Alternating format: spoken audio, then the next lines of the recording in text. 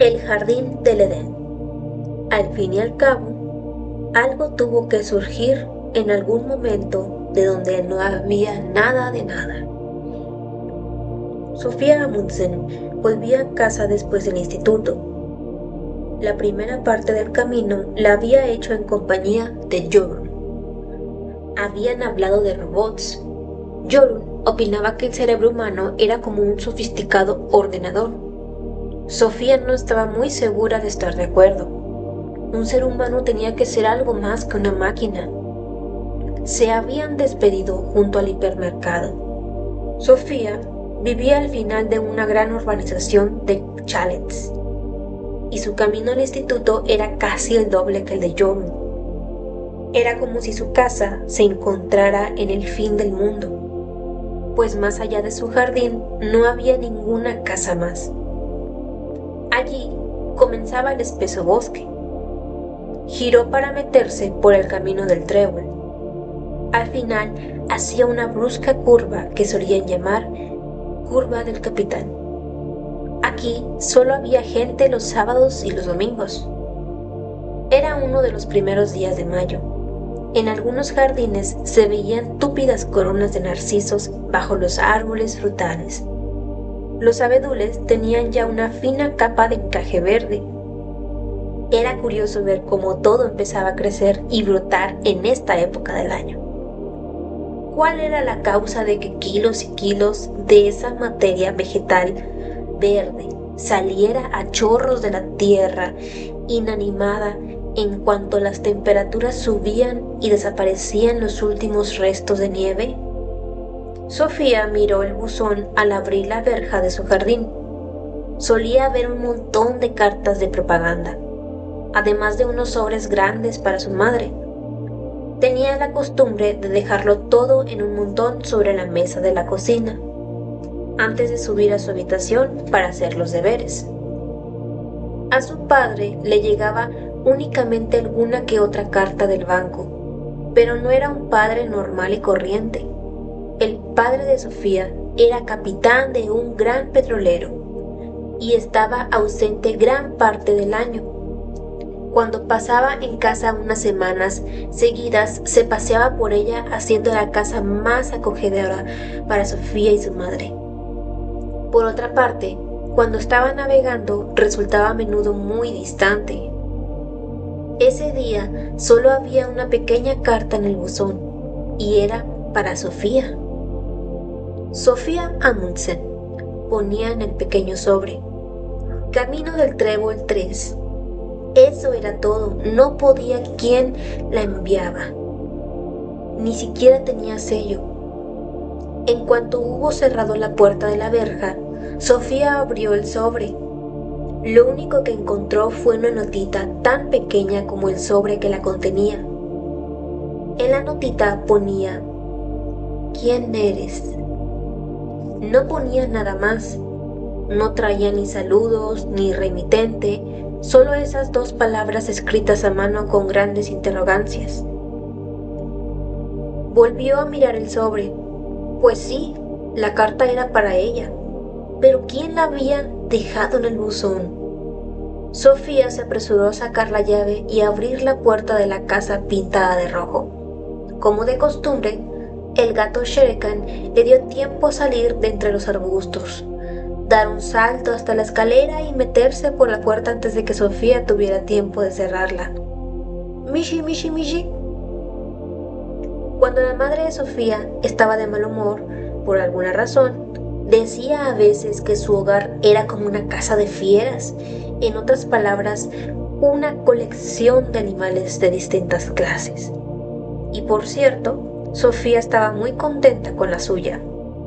Primero, le habían regalado una pecera con los peces dorados Flequillo de Oro, Caperucita Roja y Pedro el Negro.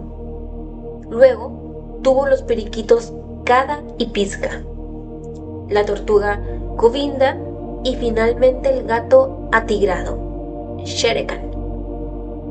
Había recibido todos estos animales como una especie de compensación por parte de su madre, que volvía tarde del trabajo, y de su padre, que tanto navegaba por el mundo.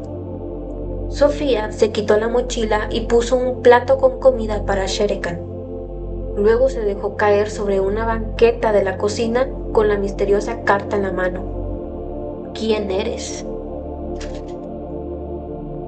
En realidad no lo sabía. Era Sofía Amundsen, naturalmente. Pero ¿quién era eso? Aún no lo había averiguado del todo. ¿Y si se hubiera llamado algo completamente distinto? Ein Knudsen, por ejemplo. En este caso, ¿habría sido otra? De pronto se acordó de que su padre había querido que se llamaba Zainovi. Sofía intentaba imaginarse que extendía la mano presentándose como Zainovi Amundsen, pero no servía. Todo el tiempo era otra chica la que se presentaba. Se puso de pie de un salto y entró en el cuarto del baño con la extraña carta en la mano. Se colocó delante del espejo y se miró fijamente a sí misma. «Soy Sofía Amundsen», dijo. La chica del espejo no contestó ni con el más leve gesto.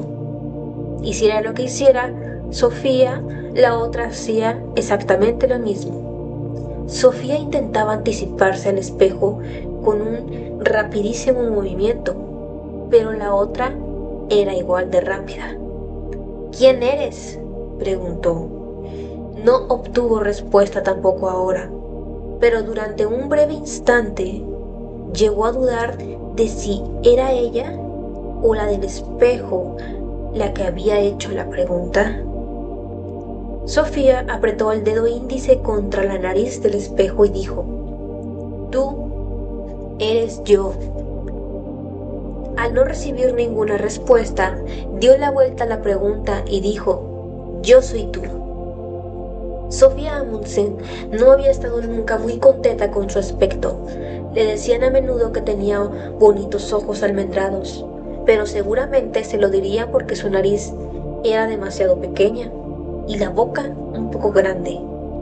Además, tenía las orejas demasiado cerca de los ojos. Lo peor de todo era ese pelo liso que resultaba imposible de arreglar.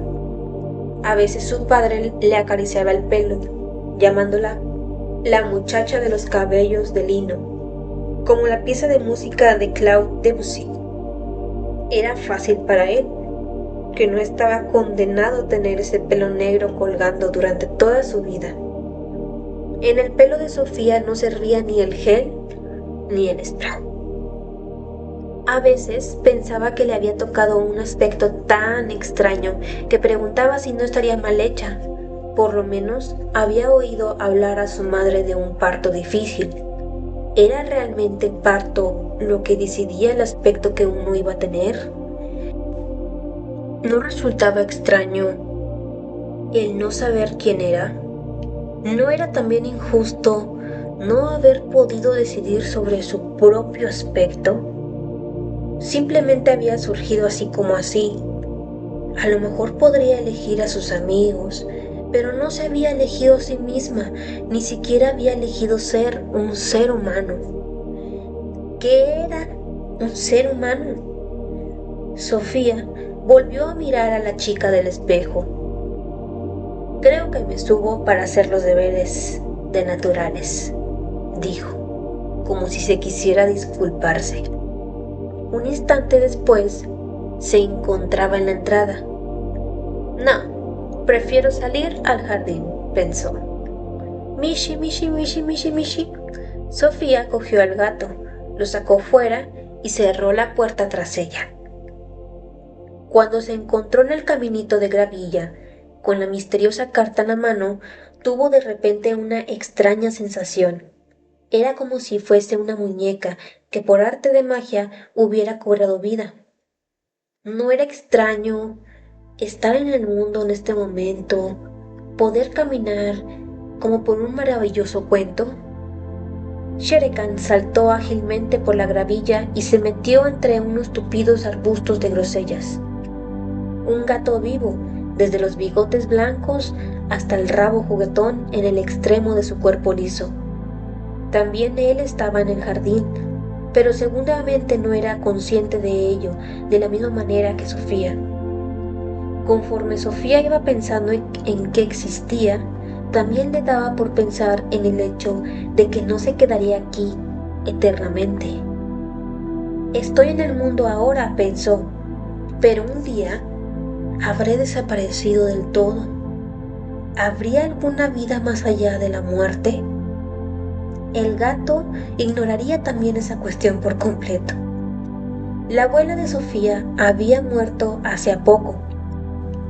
Casi a diario, durante medio año, había pensado cuánto la echaba de menos. ¿No era injusto que la vida tuviera que acabarse alguna vez? En el camino de gravilla, Sofía se quedó pensando. Intentó pensar intensamente en que existía, para de esa forma olvidarse de que no se quedaría aquí para siempre. Pero resultó imposible. En cuanto se concentraba en el hecho de que existía, inmediatamente surgía la idea del fin de la vida. Lo mismo pasaba a la inversa. Cuando había conseguido tener una fuerte sensación de que un día desaparecería del todo, entendía realmente lo enormemente valiosa que es la vida. Era como la cara y cruz de una moneda a la que daba vueltas constantemente. Cuanto más grande y nítida se veía una de las caras, mayor y más nítida se veía también la otra. La vida y la muerte eran como dos caras del mismo asunto.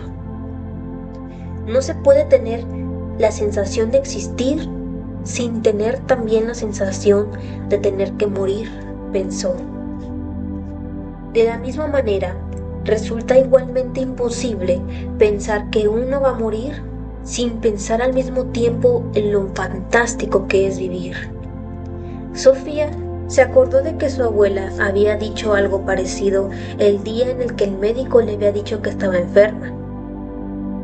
Hasta ahora no he entendido lo valiosa que es la vida, había dicho.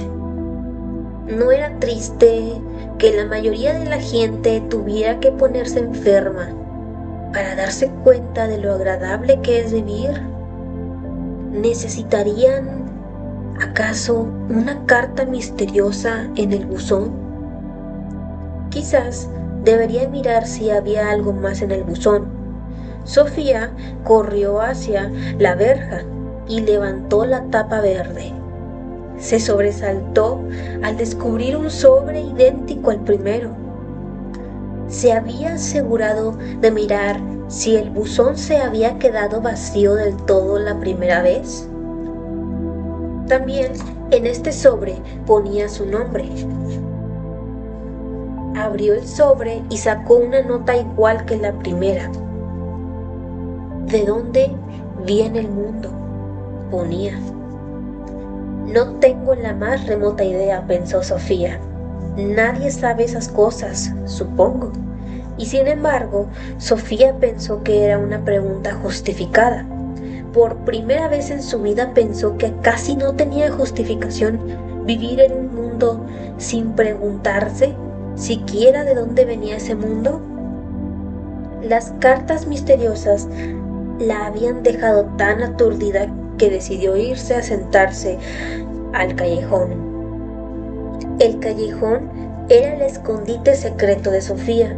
Solo iba allí cuando estaba muy enfadada, muy triste o muy contenta. Ese día solo estaba muy confundida. La casa roja estaba dentro de un gran jardín, y en el jardín había muchos parterres, arbustos de bayas, diferentes frutales, un gran césped con mecedora e incluso un pequeño cenador que el abuelo le había construido a la abuela cuando perdió a su primer hijo, a las pocas semanas de nacer. La pobre pequeña se llamaba Mary. En la lápida ponía: la pequeña Mary llegó, nos saludó y se dio la vuelta. En un rincón del jardín, detrás de todos los frambuesos, había una maleza tupida donde no crecían ni flores ni frutales. En realidad, era un viejo seto, que servía de frontera con el gran bosque, pero nadie lo había cuidado en los últimos 20 años y se había convertido en una maleza impenetrable. La abuela había contado que el seto había dificultado el paso a las zorras que durante la guerra venían a la caza de las gallinas que andaban sueltas por el jardín. Para todos, menos para Sofía, el viejo seto resultaba tan inútil como las jaulas de conejos dentro del jardín. Pero eso era porque no conocían el secreto de Sofía. Desde que Sofía podía recordar, había conocido la existencia del seto. Al atravesarlo encogida, llegaba a un espacio grande y abierto entre los arbustos. Era como una pequeña cabaña. Podía estar segura de que nadie la encontraría allí. Sofía se fue corriendo por el jardín con las 2 cartas en la mano. Se tumbó para meterse por el seto. El callejón era tan grande que casi podía estar de pie, pero ahora se sentó sobre unas gruesas raíces. Desde allí podía mirar hacia afuera a través de un par de minúsculos agujeros entre las ramas y las hojas, aunque ninguno de los agujeros era mayor que una moneda de 5 coronas. Tenía una especie de vista panorámica de todo el jardín. De pequeña, le gustaba observar a sus padres cuando andaban buscándola entre los árboles. A Sofía, el jardín siempre le había parecido un mundo en sí. Cada vez que oía hablar del jardín del Edén en el Génesis, se imaginaba sentada en su callejón, contemplando su propio paraíso. ¿De dónde viene el mundo? Pues no lo sabía. Sofía sabía que la Tierra no era sino un pequeño planeta en el inmenso universo. Pero, ¿de dónde venía el universo? Podría ser, naturalmente, que el universo hubiera existido siempre. En ese caso, ¿no sería preciso buscar una respuesta sobre su procedencia? Pero, ¿podía existir algo desde siempre? Había algo dentro de ella que protestaba contra eso. Todo lo que es tiene que haber tenido un principio, ¿no? De modo que el universo tuvo que haber nacido en algún momento de algo distinto. Pero si el universo hubiera nacido de repente de otra cosa, entonces esa otra cosa tendría a su vez que haber nacido de otra cosa. Sofía entendió que simplemente había aplazado el problema.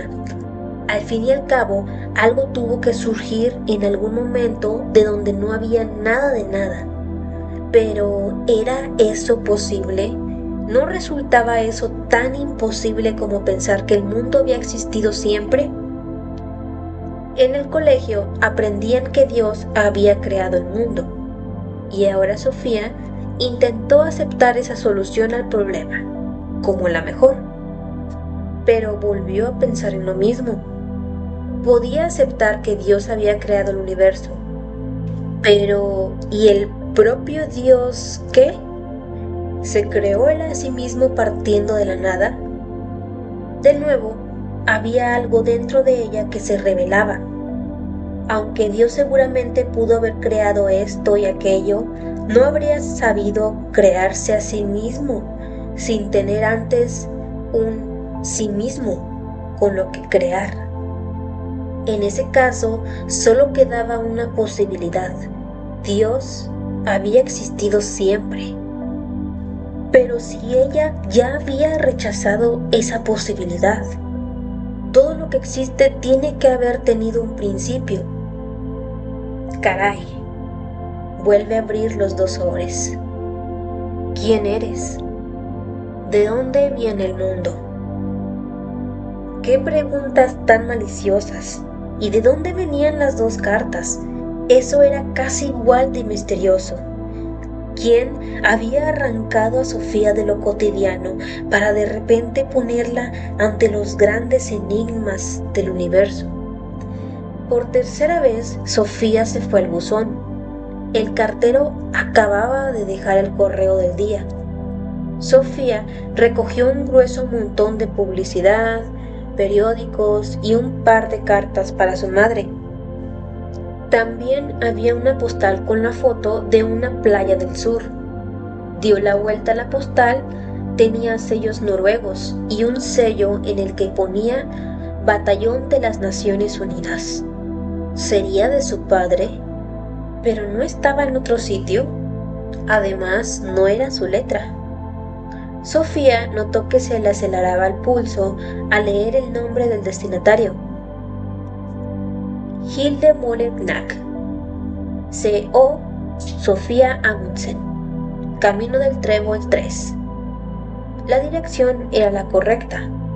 La postal decía: Querida Hilde, te felicito de todo corazón en tu 15º cumpleaños. Como puedes ver, quiero hacerte un regalo con el que podrás crecer.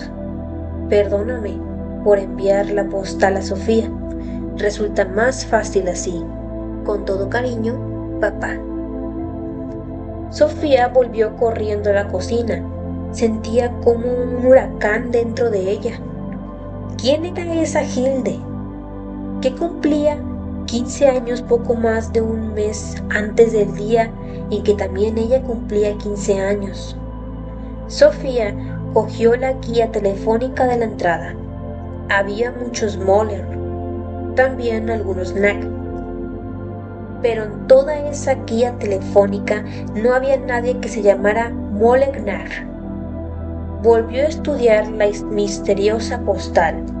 Sí, era auténtica, con sello y matasellos. ¿Por qué un padre iba a enviar una felicitación a la dirección de Sofía cuando estaba clarísimo que iba destinada a otra persona? ¿Qué padre privaría a su hija de la ilusión de recibir una carta de cumpleaños enviándola a otras señas? ¿Por qué resultaba más fácil así? Y ante todo, ¿cómo encontraría a Hilde? De esta manera, Sofía tuvo otro problema más en que meditar. Intentó ordenar sus pensamientos de nuevo. Esa tarde, en el transcurso de un par de horas, se había encontrado con 3 enigmas. Uno era quién había metido los otros 2 sobres en su buzón. El segundo era aquellas difíciles preguntas que presentaban esas cartas. El tercer enigma era quién era Hilde Moller-Knack y por qué Sofía había recibido una felicitación de cumpleaños para aquella chica desconocida. Estaba segura de que los 3 enigmas estaban de alguna manera relacionados entre sí, porque justo hasta ese día había tenido una vida completamente normal.